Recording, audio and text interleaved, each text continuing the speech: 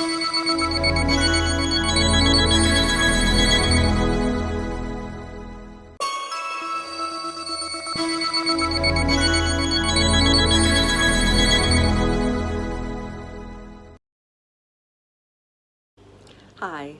welcome to the Mercurius Being Astro Update. I'm Amy Jensen, welcoming you today, June 9th, and I'm going to talk about tomorrow's solar eclipse on June 10th at 19 degrees Gemini, 47 minutes. So, the sun and the moon are conjunct. It's a new moon in Gemini, but it's also a solar eclipse, so the moon is positioned between the Earth and the sun. So the moon is blocking the solar flow and energy momentarily, interrupting the solar stream. So this is kind of a call to end or release old patterns, kind of a death of the old, and then kind of a rebirth, coming back online and upgrading. The last solar eclipse at this degree was 19 years ago on June 10th, 2002. And if you'd like to just think back and reflect what was going on in your life at that time, any relation to the themes of what's going on in your life at this time, it might be a nice reflection. The solar eclipse is more visible in northern Canada, Greenland, Russia. We'll get a partial visibility here in the northeastern United States or northern Asia, parts of Europe. So I don't think we're going to get a view of it here where I'm at in Minnesota, but we'll still be feeling the currents. The area of the heavens where this solar eclipse occurs is in the Nakshatra Mrigashira, the first padam of that. It is called the face of the deer. It's associated with the 4 stars of Orion, Bellatrix. Primarily, this Nakshatra is called the searching star. According to David Frawley, the special power of the Shakti of this is one of giving fulfillment. The basis above is extension, so connecting above, and the basis below is weaving, as in clothing, like weaving a tapestry to make our lives more attractive. It fills or covers us with joy. This heals, rejuvenates, and transforms. It is associated with the energy of Mars, the controlling deity. And it has the energy of Venus and Mercury as well as being related planets to Venus as ruler of Taurus, Mercury as ruler of Gemini. The star Bellatrix is in the left shoulder of Orion, and this is from Astrology King. It's the point from which his arm reaches out to carry his shield. Bellatrix is a Mars-Mercury star. Bellatrix is the female warrior, the Amazon star. It's a star that reveals great courage. It encourages you to stand up for what you believe. Bellatrix rules the right side of the chest cavity, and the lungs. And Mercury Gemini has a lot to do with lungs. Orion, the constellation, is a constellation of war. Dire influences to agriculture.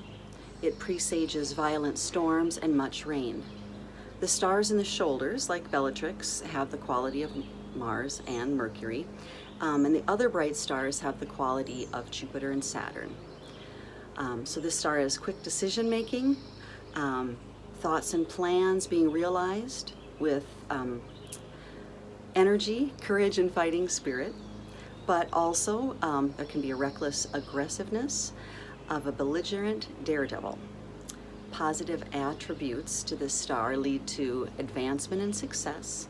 However, this success comes with envy and hatred from others. So that is the actual area of the heavens where this eclipse is occurring. So it has that Mars-Mercury quality, courage, maybe a little bit of recklessness. The sign of Gemini. So Gemini is associated with the tarot, the lovers, and Mercury is the magician card. So the sign of Gemini is the glyph for the Roman numeral 2. So Mercury is all about duality. It's the twins. It's looking at both sides, up, down, in, out, above, below, and then opening up to this world of dualities. We open up to a world of possibilities. So looking at both sides of every situation, all sides of every possible arrangement of sides, okay? So with Mercury, we introduce, or Gemini, excuse me, the third also, and I'll get to that. We had Aries, the first sign, Taurus, the second sign, and then Gemini is the third. So we come into the energy of the triad, or a modulating energy. Gemini is ruled by Mercury. The symbol for Mercury is the crescent moon. I've got a really super crude drawing here. Crescent of the mind, above the circle of spirit, above the cross of matter. I love how Gary Caton describes it as the crescent of soul, above the circle of spirit, above the cross of matter. And we'll get to that in a moment. So there is this above and below, bringing the heavens down into the physical plane, connecting the physical plane with the spiritual. Okay, so Mercury was in Greek Hermes, the messenger of the gods, and he flew back and forth between the worlds. He'd go up to Mount Olympus, he'd go down to Hades, and he was the only god who would do that with the winged feet and the winged helmet. So super quick, and the winged helmet would render him as invisible as the thoughts that he rules. Mercury was the psychopomp. Mercury is the psychopomp, the one who leads us through different states of consciousness, from sleeping to waking, from sleep to death, back and forth, meditation, in and out of all kinds of states of consciousness. The principle of Mercury and Gemini is to make connections. So these connections can range from anything, if you think about shoelaces, tying together shoelaces, bringing together zippers, bringing together different philosophical points of view, bringing together different perspectives. Esoterically, Mercury Gemini rules the throat center. Physically, it rules the nervous system.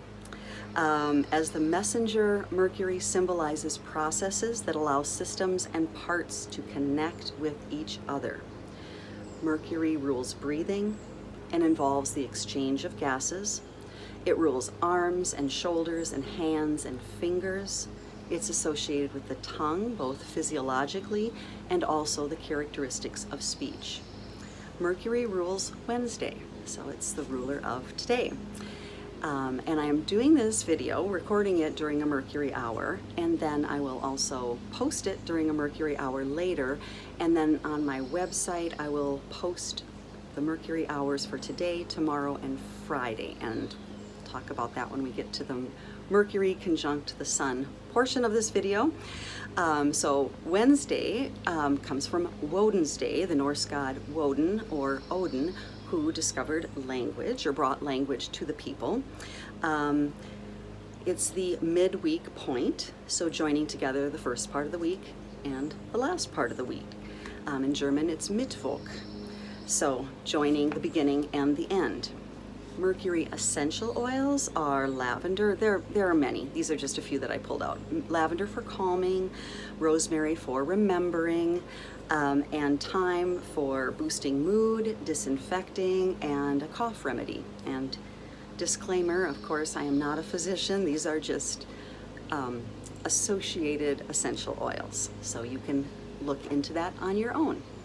The Bach remedy for Gemini Mercury is Serato.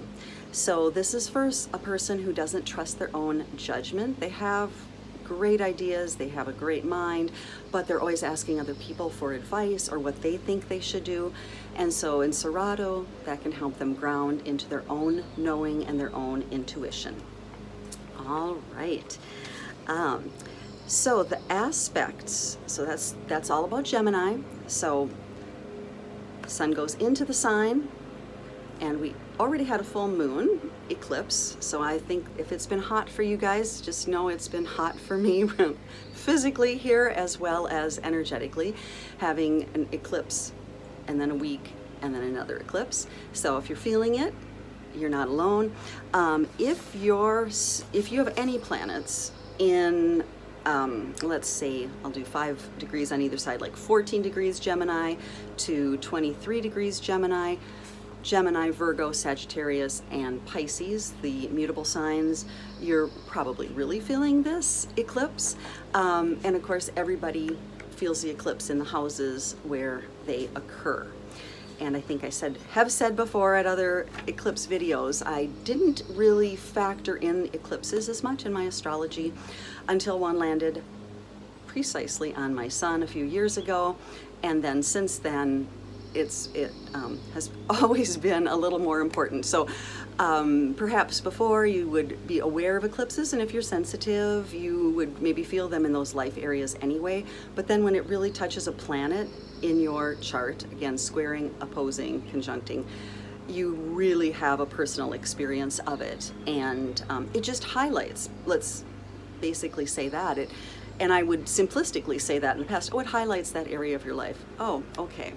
Well, it really highlights it. It highlights the light, it highlights the shadow. As you can see, being out here in the daylight, you can see a lot more shadow and light, and it's probably a little problematic lighting-wise, but I'm letting it all come in, right? The shadow and the light, all parts. And all of that comes forward, as we know, so that we can see it and become aware of it, expand our states of consciousness, and then integrate. Okay, so some aspects to this eclipse that just stood out to me. I can actually show you on the chart. Sometimes I just simplify it, and you can see Neptune squaring Sun, Moon, Mercury. Pluto biquintile, minor aspect, but I'll talk about it. And then Saturn trining. And usually with my astrology, I usually emphasize the squares and oppositions and conjunctions, just because usually those are the ones we're really feeling. Trines are smooth, everything's going great. No one needs to point out that your life is going great. You know, usually we all just need a little validation when we're having a square or an opposition. In conjunct can toss one in there as well. To feeling it a little more extremely. Okay, or a little more intensely. So Neptune squaring Moon, Sun, Mercury, confusion, obscuring. It goes from a Chuck Close drawing to a watercolor painting real fast. It's impressionistic. It made me think of the French composer Debussy, and I don't know if you play piano, but in Debussy, he'll have eighth notes in the left hand and triplets in the right hand. And I'm more of a Bach sort of a person when it comes to playing piano. And my daughter, who is a pianist, just would tell me, you can't think it, Mom, you just have to feel it. And even though I'm such a big feeler, that's just really hard for me to do when it comes to that part of music. So Neptune has more of the right brain geometry and just seeing the whole, and then the Mercury Gemini function is more of the left brain, really analytical. So we're getting all of that blurred. So again, we're just taking Bach and kind of smearing it all over the place. So Neptune fogs, and that is what its purpose is. We temporarily lose our bearings in the fog, but in that losing of our bearings, we come back into focus, changed. Having experienced something we wouldn't ordinarily experience. And ordinarily is a word I'd like to highlight because this is going to be out of the ordinary. We're talking about the high expression of magical and mystical and musical and meditative, being forced to slow down and operate differently because our normal senses don't work. Shadow Neptune, illusory, deceitful, checking out or loss of consciousness, or a numbing, open to suggestive influences, prone to being manipulated. So the Saturn trining the Sun and the Moon, and this is air to air, Aquarius, Saturn to air sign, Moon, and Sun. So I just thought of this as an open, being open to a new way of structuring, doing things in a different way. And let's use Gemini, using a different perspective, right? Doing things a different way for the novelty of it, because it's boring to do the same thing all the time. How about that? Foundation, Saturn, built on new thoughts and beliefs. So I was thinking of thought foundation. So I have really spent the last, chunk of the last year or two, probably good 2 years now, really changing, examining my thoughts and beliefs. So that's just been what I've been working on.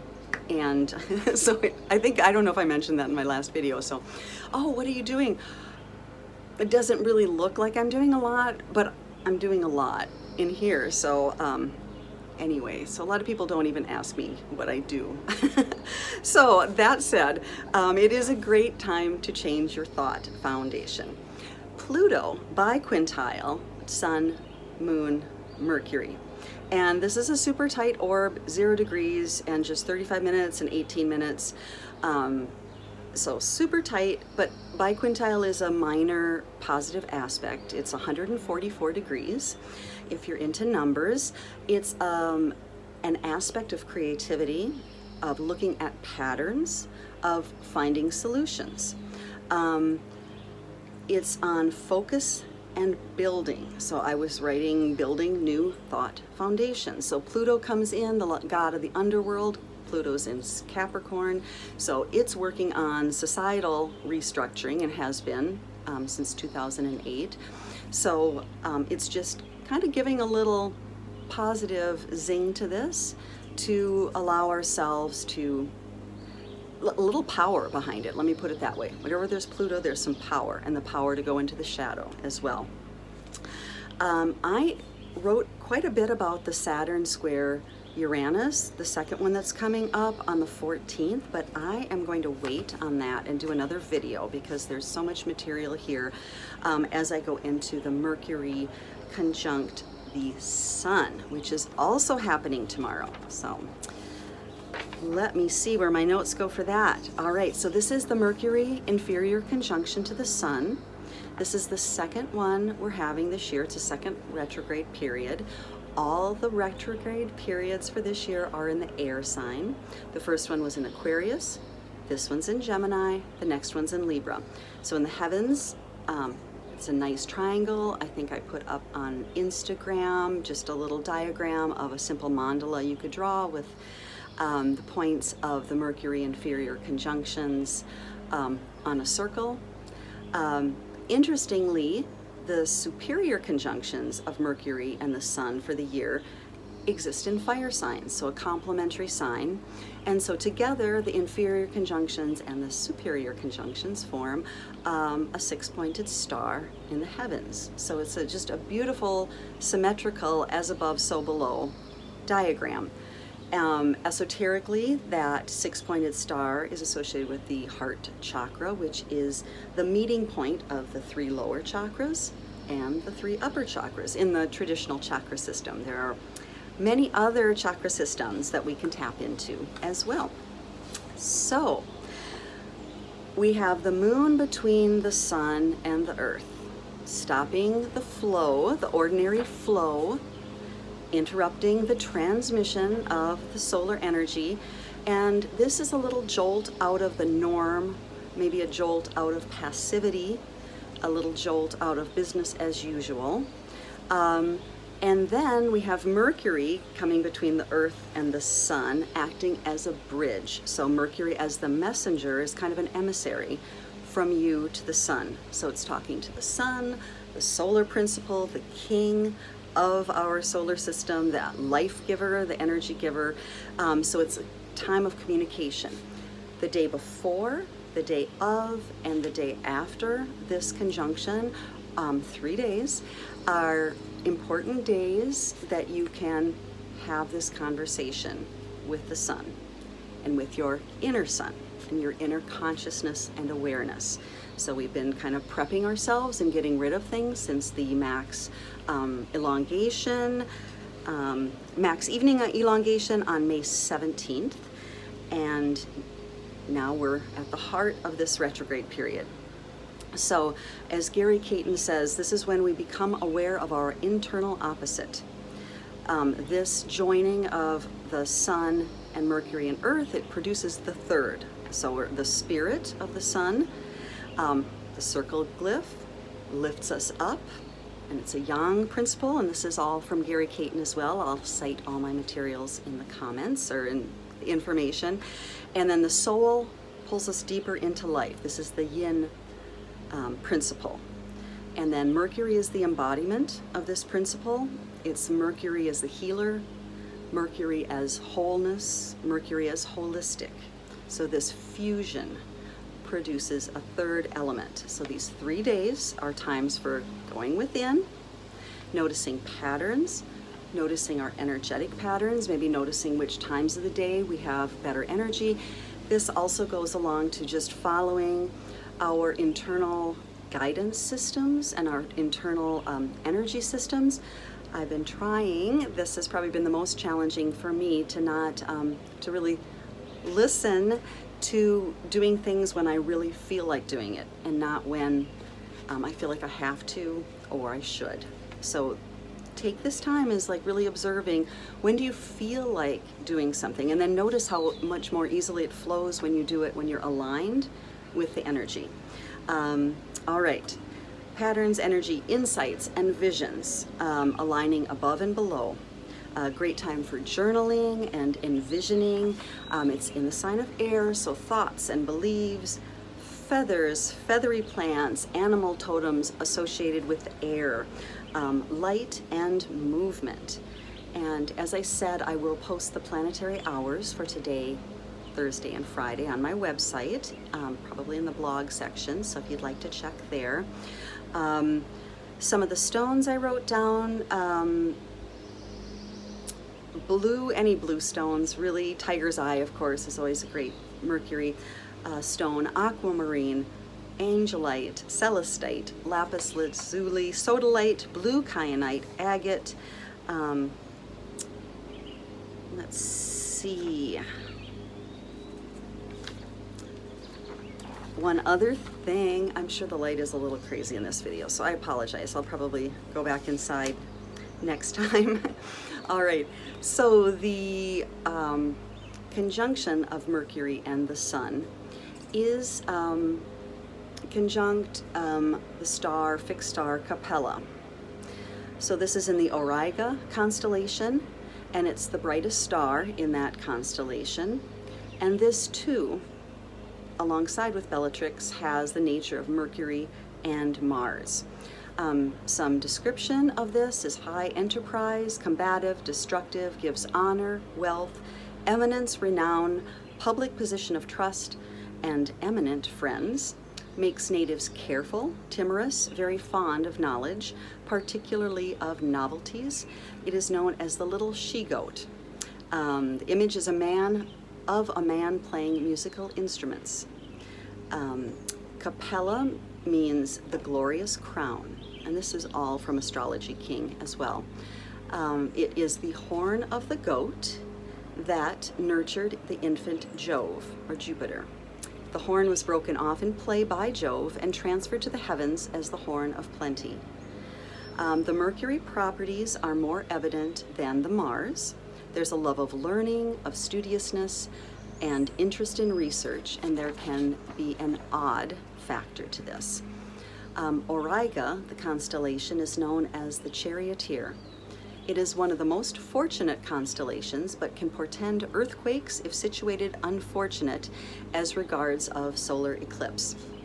So along with what I came up with, Bellatrix, and just the hot weather that we're already having in June, I do get a little storm vibe going on, but this could not necessarily be a physical storm. It could be an energetic storm, electric storm. I don't know what it is. It's funny because I know I mentioned Kansas in the last video, just in regards to we're not in Kansas anymore, but that keeps coming up. So I really, that has absolutely nothing to do with anything, but I guess this tornado image is what I'm coming back to. Okay, I just want to dip into the animal spirits for this eclipse and Mercury inferior conjunction. So for the Nakshatra, going back to the deer spirit, the beginning, so this is beautiful, beautiful artwork, and this is Colette Barron-Reid, the Spirit Animal Oracle. That's better. So, deer spirit suggests, so this is the placement of this conjunction in the heavens, physically, actually. Bring a gentle touch. The time has come to be gentle and diplomatic when dealing with others. You might have found yourself in a situation where negotiations are necessary in order to reach the goal. Be mindful of the words you choose, but do not worry. Deer Spirit reminds you that you have the ability to be sure-footed and confident while showing humility and respect for others. You will find that your capacity for calm and grounded communication is heightened at this time. Follow the way of Deer Spirit and you will do well, gaining the respect of others and finding common ground that is pleasing to you. Remember that understanding others and their needs will be more powerful at this time than putting your own needs first. If you do that, you will be rewarded tenfold. The protection message. Dear Spirit is bringing you a gentle warning that now is not the time to engage in an argument. So that's kind of the Mars part of this. No matter how volatile others are being, do not match their intensity with their own, your own. If you are dealing with an overly assertive person, step back and disengage, lest you agree to something out of alignment with your intentions. So again, out of alignment with your intentions, your energy pattern, your being in the flow, okay? Don't let anyone bully you into anything you're uncomfortable with. You have solid footing if you stand your ground, with grace. Those who disagree will begin to find their own gentleness and willingness to compromise. Dear Spirit also brings the message that it might be easy to offend someone today or take offense because someone lacks diplomacy. Let all of that pass. You are not meant to take this world personally. While it's a beautiful gift to be sensitive, today you need a tougher hide so that any compromises you make allow you to maintain your integrity. And then I wanted to read two other ones. These will be quick. These are from Kim Krans, Animal Spirit, and the first one is Dragonfly, and I chose this because it's an air spirit, but also I thought it would be helpful navigating the Neptune squaring the Sun, Moon, Mercury. So Dragonfly is master of light, illusion, and the mind. The dragonfly is an ancient and ethereal creature that awakens a sense of wonder in all. The dragonfly is a symbol of the mind, as it is always moving, shifting, shimmering, and changing. When the dragonfly card appears, it's worth considering the quality of your mind and your perception. Are they restless or still, dreamlike or crystal clear? The situation at hand may be different than it appears at first glance. The dragonfly reminds us to calm the mind so the light of wisdom can shine through. When in balance, sees clearly, joyful, magical. When out of balance, can't concentrate, busy mind. To bring into balance, focus on the breath. So coming back into one of the initial Gemini Mercury things I talked about, the lungs and the breath. So any breathing practice, of course, is great at any time, but it's really great now. And then I wanted to bring up the swan. Gary Caton mentions the swan in regard to the Mercury inferior conjunction with the sun, as the swan has that beautiful principle of diving deep into the water, being beautiful and graceful, and then soaring up to the heavens as well. The swan is effortless creativity, sensitive mystic, and elegant power. The swan represents heightened creativity. In Hindu mythology, the goddess Saraswati, the embodiment of language, creativity, and artistry, rides on the back of this graceful creature. The swan is ready to take us there, to the fluid realm of writing, creating, and reflecting. This potent and healing energy is not to be taken for granted or taken lightly. When the swan card appears, your soul is calling for attention, for solo time. An inner voice is waiting to be heard, an inner vision likely to be revealed. When in balance, infinite creative power. When out of balance, agitated, snippy, lacking vision. To bring into balance, solo time and writing. Perfect for this inferior conjunction and eclipse. All right, well, good luck with this eclipse, everyone. I'll see you on the other side, and I'll have an update for the Saturn square Uranus in a couple days. All right, take care. Namaste.